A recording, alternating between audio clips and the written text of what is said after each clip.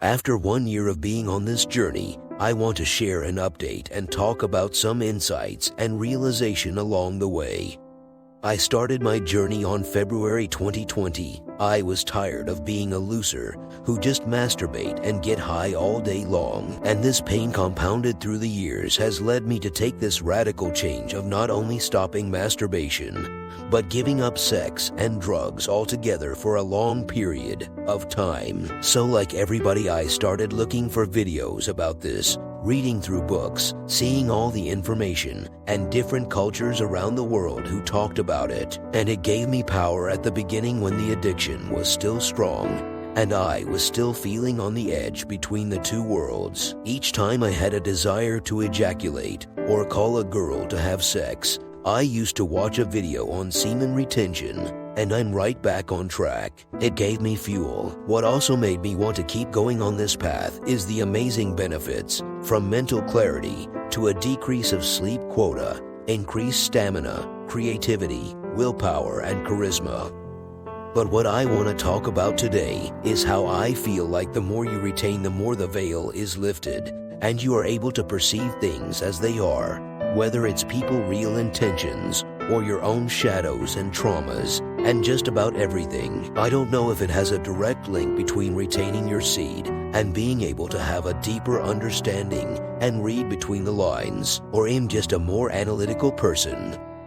Anyway, after battling with the deepest desire of human, which is sex, I started to feel like a superhuman walking around mortals, not in an egotistical way or feelings of superiority, but just the fact that I was able to conquer the most potent force in the universe gave me a sort of serenity and confidence in my abilities and willpower. My whole self-image changed.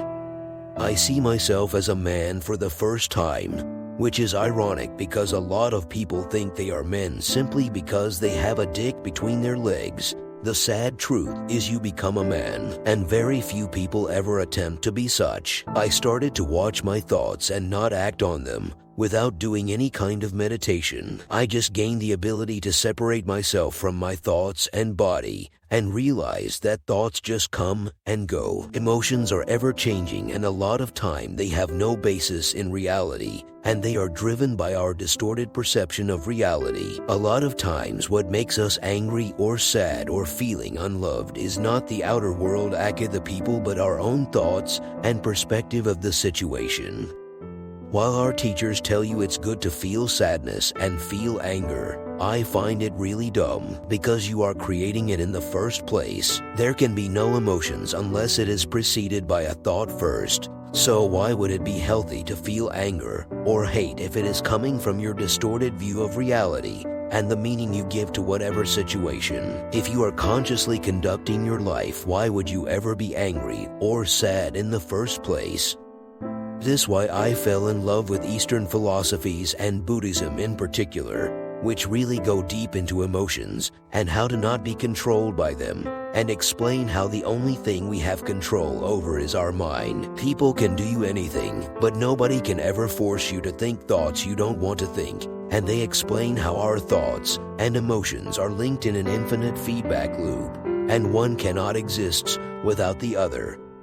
I started to see things and people from a totally different angle, myself included. I realized we are just animals driven by our addictions, and 99% of our actions is impulsive, not conscious. We stuff ourselves with food till we get sick, just to get that shallow rush of dopamine. We smoke and drink just to feel blissful for a couple of hours, then crash and come back to an even darker place. We go to the gym, try to wear fashion clothes, have money just to get woman, and ejaculate to feel like a dead man after 30 seconds.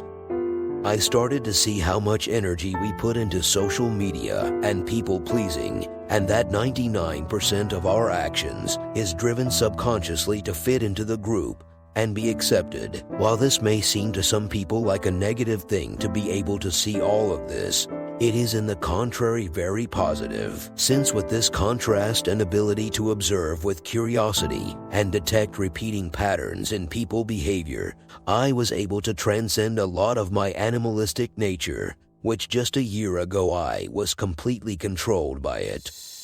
It truly feels like a cheat code to have, seeing people go through life living with mediocrity and being like a puppet controlled by the outer world, and having their well-being always attached to what happens in the outer world akamaya. It makes me really grateful that I was called to be on this path. I don't want to make this post very long, just a few thoughts that I felt the need to share for some reason, and wanted to know if there is people who resonate with this. Perhaps some people might have some deeper insights that they want to share. I'm open for any questions also.